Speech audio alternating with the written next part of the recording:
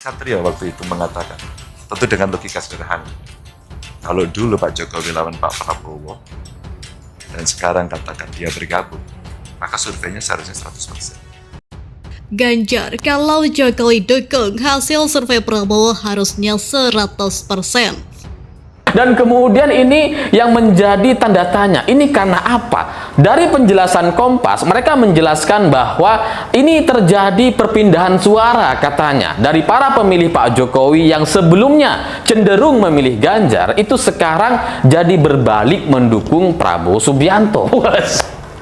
Ya kalau penjelasannya sesederhana itu, semestinya suara Prabowo bukan 40% gitu. Mestinya minimal 80%. Ya, karena suara Pak Jokowi digabung dengan suara Prabowo di Pilpres 2019. Mestinya kan minimal 80%. Ganjar 15, Anies 5. Itu baru cukup masuk akal gitu. Bukan cuma 40%. Bahwa data yang menyebutkan pemilih Jokowi lebih banyak yang ke Pak Prabowo itu tidak ada. Trennya naik pun tidak. Kalau dilihat, pertama misalnya data Carta Politika survei tatap muka. 61% dari pemilih Jokowi Ma'ruf 2019 di cross tabulasi dengan pilihan simulasi 3 nama, 61%-nya ke Ganjar Pranowo dan hanya 18% yang ke Pak Prabowo, 14% ke Mas Anies.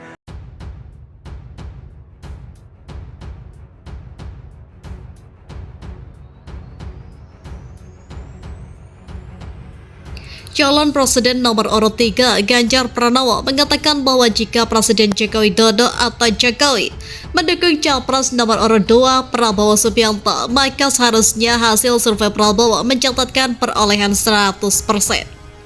Tentu dengan logika sederhana, kalau Pak Jokowi lawan Pak Prabowo dan sekarang katakan dia bergabung, maka surveinya Prabowo harusnya 100%. Kata Ganjar dalam wawancara khusus di kediamannya Jalan Taman Patra Raya Setiabudi, Jakarta Selatan pada Rabu.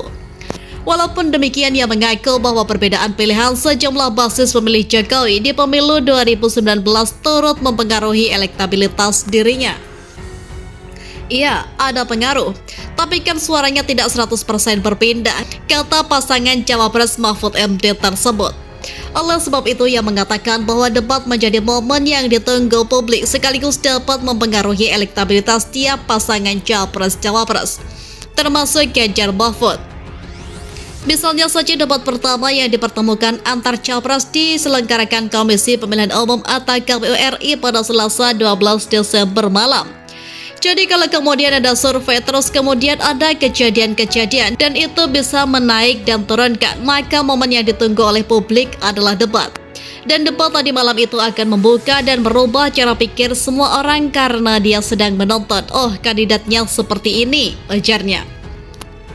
Selain itu, yang menilai bahwa debat kedua yang mempertemukan antar Cawapres akan diadakan oleh KPU RI pada 22 Desember 2023. Juga dapat menjadi salah satu momen yang dapat mempengaruhi elektabilitas Ganjar Mahfud. Nanti akan lengkap lagi jika cawapresnya juga sudah berdebat, itu akan menjadi tontonan yang menarik. Semua akan melihat dan semua akan punya preferensi siapa sebenarnya di antara kami dan itu yang layak saya pilih, kata Ganjar.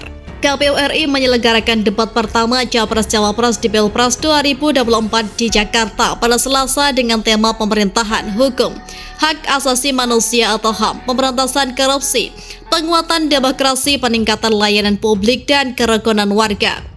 Debat diikuti 3 pasangan Capres-Cawapres yakni nomor urut 1 Anies Baswedan dengan Muhaimin Iskandar, nomor urut 2 Prabowo Subianto dengan Gibran Rakabuming Raka, dan nomor urut 3 Ganjar Pranowo beserta Mahfud MD. Rangkaian debat akan dilanjutkan pada 22 Desember 2023, 7 dan 21 Januari 2024 serta 4 Februari 2024.